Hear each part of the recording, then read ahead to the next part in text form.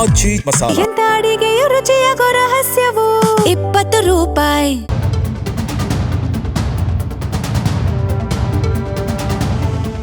ಬೆಂಗಳೂರಿನ ಪರಪ್ಪನ ಅಗ್ರಹಾರ ಜೈಲಿನಲ್ಲಿ ಕೈದಿ ಪ್ರಜ್ವಲ್ ರೇವಣ್ಣ ಮೊಬೈಲ್ ಬಳಸೋದು ಪತ್ತೆಯಾಗಿದೆ. ಹಳೆಯ 2G ಜಾಮರ್ ವೈಫಲ್ಯ ಹಾಗೂ ಆಂಧ್ರಪ್ರದೇಶದ ಏರ್ಟೆಲ್ ನೆಟ್ವರ್ಕ್ನಿಂದಾಗಿ ಇದು ಸಾಧ್ಯವಾಗಿದೆ ಎಂದು ಡಿಜಿಪಿ ಅಲೋಕ್ ಕುಮಾರ್ ಸ್ಪಷ್ಟಪಡಿಸಿದ್ದಾರೆ. ಈ ಭದ್ರತಾ ಲೋಪಕ್ಕಾಗಿ ಎಎಸ್ಪಿ ಈರಣ್ಣ ಅವರನ್ನ ಅಮಾನತುಗೊಳಿಸಲಾಗಿದೆ. ಫೋನ್ ಬಳಸಿದ್ದಾಗಿ ಪ್ರಜ್ವಲ್ ಒಪ್ಪಿಕೊಂಡಿದ್ದಾರೆ. ಜೀವಾವಧಿ ಶಿಕ್ಷೆಗೆ ಒಳಗಾಗಿ ಕೈದಿ ಪ್ರಜ್ವಲ್ ರೇವಣ್ಣ ಜೈಲಿನಲ್ಲಿ ಫೋನ್ ಬಳಕೆ ಮಾಡುತ್ತಿರುವುದು ಬೆಳಕಿಗೆ ಬಂದ ಬೆನ್ನಲ್ಲೇ ಪರಪ್ಪನ ಅಗ್ರಹಾರದ ಸೆಂಟ್ರಲ್ ಜೈಲಿನ ಭದ್ರತೆ ಬಗ್ಗೆ ಪ್ರಶ್ನೆಗಳು ಎದ್ದಿವೆ. ಈ ಬೆನ್ನಲ್ಲೇ ಜಾಮರ್ ಇದ್ರು ಪ್ರಜ್ವಲ್ ಫೋನ್ ಬಳಸ್ತಾ ಇದ್ದದ್ದು ಹೇಗೆ ಎಂದು ಬಂದಿಖಾನೆ ಇಲಾಖೆ ಡಿಜಿಪಿ ಅಲೋಕ್ ಕುಮಾರ್ ವಿವರಿಸಿದ್ದಾರೆ. ಕೇಂದ್ರ ಅಪರಾಧ ವಿಭಾಗ ಅಂದರೆ ಸಿಸಿಬಿ ಪೊಲೀಸರು ಮಂಗಳವಾರ ಜೈಲಿನಲ್ಲಿ ಶೋಧ ನಡೆಸಿದಾಗ ಪ್ರಜ್ವಲ್ ಕೊಠಡಿಯಲ್ಲಿ ಆಂಡ್ರಾಯ್ಡ್ ಮೊಬೈಲ್, ಒಂದು ಪೆನ್ ಡ್ರೈವ್ ಪತ್ತೆಯಾಗಿತ್ತು. ಹಲವು ಕಠಿಣ ಬಿಗಿ ಕ್ರಮಗಳ ನಡುವೆ ವಿಐಪಿ ಸಜಾ ಕೈದಿ ಪ್ರಜ್ವಲ್ನ ಬಳಿ ಮೊಬೈಲ್ ಸಿಕ್ಕಿರುವುದು ಭದ್ರತಾ ಲೋಪಗಳ ಬಗ್ಗೆ ಚರ್ಚೆ ಹುಟ್ಟುಹಾಕಿತ್ತು. ಸೆಂಟ್ರಲ್ ಜೈಲಿನಲ್ಲಿ ಜಾಮರ್ದು ಶಾಶ್ವತ ಸಮಸ್ಯೆ. 15 ವರ್ಷದ ಹಿಂದೆ ಹಾಕಿರುವುದು 2G ಜಾಮರ್. ಅದನ್ನ ಸದ್ಯದ ತಂತ್ರಜ್ಞಾನಕ್ಕೆ ತಕ್ಕಂತೆ ಅಪ್ಡೇಟ್ ಮಾಡಲು ಅಳವಡಿಸಿದ ಹೆಚ್ಚುವರಿ ಸೌಲಭ್ಯ ವಿಫಲವಾಗಿದೆ. ಸರಿಯಾಗಿ ಕೆಲಸ ಮಾಡುತ್ತಿಲ್ಲ. ಕಳೆದ 7 ತಿಂಗಳಿನಿಂದ ಈ ಬಗ್ಗೆ ಸತತ ಪ್ರಯತ್ನ ಮಾಡಲಾಗ್ತಾ ಇದೆ.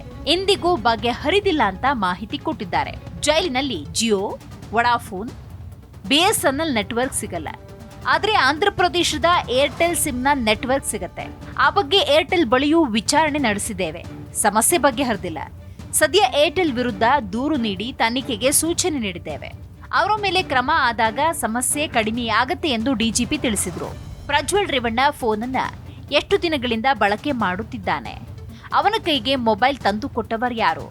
ಇದರಲ್ಲಿ ಯಾರ ಕೈವಾಡ ಇದೆ ಎಂಬುದರ ಪತ್ತೆಗೆ ಸೂಚನೆ ನೀಡಲಾಗಿದೆ ಅಂತ ಅಲೋಕ್ ಕುಮಾರ್ ಹೇಳಿದ್ದಾರೆ. ಜೈಲಿನಲ್ಲಿ ಬಳಸ್ತಾ ಇದ್ದ ಮೊಬೈಲ್, ಚಾರ್ಜರ್, ಪೆನ್ ಡ್ರೈವ್ ನನಗೆ ಸೇರಿತು. ಮನೆಯವರು ಹಾಗೂ ವಕೀಲರ ಜೊತೆ ಮಾತನಾಡಲು ಬಳಸ್ತಾ ಇದ್ದೆ ಎಂದು ಸಹಕೈದಿ ಪ್ರತಾಪ್ ರಾಯ್ ತನಿಖಾಧಿಕಾರಿಗಳಿಗೆ ತಿಳಿಸಿದ್ದಾನೆ. ಅದೇ ಮೊಬೈಲ್ ಅನ್ನ ನಾನು ಬಳಕೆ ಮಾಡ್ತಿದ್ದೆ ಅಂತ ಪ್ರಜ್ವಲ್ ಹೇಳಿದ್ದಾನೆ. ಇನ್ನು ಈ ಮೊಬೈಲ್ನಲ್ಲಿ ಪ್ರಮುಖವಾಗಿ ಫೇಸ್ಬುಕ್, ವಾಟ್ಸ್ಆಪ್, ಇನ್ಸ್ಟಾಗ್ರಾಮ್ ಹಾಗೂ ನೆಟ್ಫ್ಲಿಕ್ಸ್ ಆಪ್ಗಳು ಇದ್ವು ಅಂತ ಮಾಹಿತಿ ಲಭ್ಯವಾಗಿದೆ. ಪರಪ್ಪನ ಅಗ್ರಹಾರ ಜೈಲಿನ ಉಸ್ತುವಾರಿ ಸಹಾಯಕ ಅಧೀಕ್ಷಕ ಈರಣ್ಣ ರಂಗಾಪುರ್ ಅವರನ್ನ ಸೇವೆಯಿಂದ ಅಮಾನತು ಮಾಡಲಾಗಿದೆ. ಜೊತೆಗೆ ಮುಖ್ಯ ಅಧೀಕ್ಷಕ ಅಂಶುಕುಮಾರ್ಗೆ ಶೋಕಾಸ್ ನೋಟಿಸ್ ಜಾರಿ ಮಾಡಲಾಗಿದೆ. ಪರಪ್ಪನ ಅಗ್ರಹಾರ ಜೈಲಿನಲ್ಲಿ ಅತ್ಯಾಧುನಿಕ ಮೊಬೈಲ್ ಜಾಮರ್ಗಳನ್ನ ಅಳವಡಿಸಲಾಗಿದ್ರು ಆಂಧ್ರಪ್ರದೇಶ ಮೂಲದ ಏರ್ಟೆಲ್ ಸಿಮ್ಗಳು ಮಾತ್ರ ತಡೆರಹಿತವಾಗಿ ಸಕ್ರಿಯವಾಗಿರುವುದು ತನಿಖೆಯಿಂದ ಗೊತ್ತಾಗಿದೆ. ಜಾಮರ್ ಇದ್ರೂ ಏರ್ಟೆಲ್ ಸಿಗ್ನಲ್ಗಳು ಹೇಗೆ ಕಾರ್ಯನಿರ್ವಹಿಸುತ್ತೆ ಅನ್ನೋ ಬಗ್ಗೆ ಕಂಪನಿಯ ಅಧಿಕಾರಿಗಳಿಂದ ಸೂಕ್ತ ವಿವರಣೆ ಸಿಗದ ಹಿನ್ನೆಲೆಯಲ್ಲಿ ಏರ್ಟೆಲ್ ಕಂಪನಿ ವಿರುದ್ಧ ಎಫ್ಐಆರ್ ದಾಖಲಿಸಿ ಕಾನೂನು ಕ್ರಮ ಕೈಗೊಳ್ಳಲು ಡಿಜಿಪಿ ಅಲೋಕ್ ಕುಮಾರ್ ಸೂಚಿಸಿದ್ದಾರೆ. ಇನ್ನು ಪರಪ್ಪನ ಅಗ್ರಹಾರ ಜೈಲಿನಲ್ಲಿ ಅತ್ಯಾಧುನಿಕ ಮೊಬೈಲ್ ಜಾಮರ್ಗಳನ್ನ ಅಳವಡಿಸಲಾಗಿದ್ರು ಆಂಧ್ರಪ್ರದೇಶ ಮೂಲದ ಏರ್ಟೆಲ್ ಸಿಮ್ಗಳು ಮಾತ್ರ ತಡೆರಹಿತವಾಗಿ ಸಕ್ರಿಯವಾಗಿರುವುದು ಆಶ್ಚರ್ಯ ಹೆಚ್ಚಿಸಿದೆ.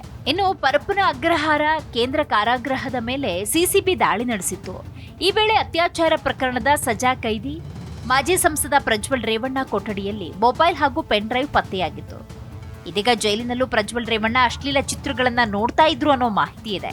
ಸಿಸಿಬಿ ದಾಳಿಯ ಸಂದರ್ಭದಲ್ಲಿ ಜಪ್ತಿಯಾದ ಪೆನ್ ಡ್ರೈವ್ನಲ್ಲಿ 70ಕ್ಕೂ ಹೆಚ್ಚು ಅಶ್ಲೀಲ ವಿಡಿಯೋಗಳು ಮತ್ತು ಪ್ರಜ್ವಲ್ ರೇವಣ್ಣ ಕೋಣೆಯಲ್ಲಿದ್ದ ಹಾಸಿಗೆ ಕೆಳಗೆ ಪತ್ರಿಕೆಗಳಲ್ಲಿ ಪ್ರಕಟಗೊಂಡಿದ್ದ ನಟಿಯರು ಹಾಗೂ ರೂಪದರ್ಶಿಗಳ ಅರೆ ನಗ್ನ ಫೋಟೋಗಳು ಪತ್ತೆಯಾಗಿದೆ ಅಂತ ತಿಳಿದು ಬಂದಿದೆ. ಅತ್ಯಾಚಾರ ಪ್ರಕರಣದಲ್ಲಿ ಜೈಲಿಗೆ ಹೋಗಿ 2 ವರ್ಷಗಳು ಉರುಳಿದ್ರು ಪ್ರಜ್ವಲ್ ಮನಸ್ಥಿತಿ ಇನ್ನೂ ಬದಲಾಗಿಲ್ಲ ಅನ್ನೋದನ್ನ ಈ ಮೂಲಕ ತಿಳಿದುಕೊಳ್ಳಬಹುದು. ಮೊಬೈಲ್ ಮತ್ತು ಪೆನ್ ಡ್ರೈವ್ ಪತ್ತೆಯಾದ ಬೆನ್ನಲ್ಲೇ ಪ್ರಜ್ವಲ್ ರೇವಣ್ಣ ಹಾಗೂ ಸಹಕೈದಿ ಪ್ರತಾಪ್ ರಾಯ್ ವಿರುದ್ಧ ಪರಪ್ಪನ ಅಗ್ರಹಾರ ಪೊಲೀಸ್ ಠಾಣೆಯಲ್ಲಿ ಎಫ್ಐಆರ್ ದಾಖಲಾಗಿದೆ. ಜೊತೆಗೆ ವಿಶೇಷ ಭದ್ರತಾ ವಿಭಾಗದಿಂದ ಸಾಮಾನ್ಯ ಕೈದಿಗಳ ಬ್ಯಾರಕ್ಗೆ ಪ್ರಜ್ವಲ್ ರೇವಣ್ಣನನ್ನ ಕಾರಾಗೃಹ ಅಧಿಕಾರಿಗಳು ವರ್ಗಾಯಿಸಿದ್ದಾರೆ. ಪ್ರಜ್ವಲ್ ರೇವಣ್ಣನ ಸೆಲ್ನಲ್ಲಿ ಪತ್ತೆಯಾದ ಮೊಬೈಲ್ ಅನ್ನ ಪರಿಶೀಲಿಸಿದಾಗ ಸಾಮಾಜಿಕ ಜಾಲತಾಣಗಳ ಆಪ್ಗಳು ಡೌನ್ಲೋಡ್ ಆಗಿರುವುದು ಪತ್ತೆಯಾಗಿದೆ. ಜೈಲಿನಲ್ಲಿದ್ದ ಟಿವಿಗೆ ಪೆನ್ ಡ್ರೈವ್ ಕನೆಕ್ಟ್ ಮಾಡಿ ಚಲನಚಿತ್ರ ನೋಡಿದ್ದಾಗಿ ಸಿಸಿಬಿ ವಿಚಾರಣೆಯ ವೇಳೆ ಪ್ರಜ್ವಲ್ ಹಾಗೂ ಪ್ರತಾಪ್ ಹೇಳಿಕೆ ಕೊಟ್ಟಿದ್ದಾರೆ. ಇನ್ನು ಪ್ರಜ್ವಲ್ ರೇವಣ್ಣ ಅತ್ಯಾಚಾರ ಪ್ರಕರಣದಲ್ಲಿ ತಪ್ಪಿತಸ್ಥರೆಂದು ಸಾಬೀತಾಗಿ ಜೀವಾವಧಿ ಶಿಕ್ಷೆ ಅನುಭವಿಸುತ್ತಿದ್ದಾರೆ. 2019ರಿಂದ 2024ರವರೆಗೆ ಹಾಸನ ಲೋಕಸಭಾ ಕ್ಷೇತ್ರದ ಸಂಸದರಾಗಿ ಸೇವೆ ಸಲ್ಲಿಸಿರುವಂತಹ ಪ್ರಜ್ವಲ್ ರೇವಣ್ಣ 2024ರ ಲೋಕಸಭಾ ಚುನಾವಣೆಯ ಸಮಯದಲ್ಲಿ ಪ್ರಜ್ವಲ್ ರೇವಣ್ಣ ಅವರದ್ದು ಎನ್ನಲಾದಂತಹ ಹಲವಾರು ಅಶ್ಲೀಲ ವಿಡಿಯೋಗಳು ಹಾಗೂ ಪೆನ್ ಡ್ರೈವ್ ಬಹಿರಂಗಗೊಂಡು ದೇಶದಾದ್ಯಂತ ಭಾರಿ ವಿವಾದ ಸೃಷ್ಟಿಯಾಯಿತು.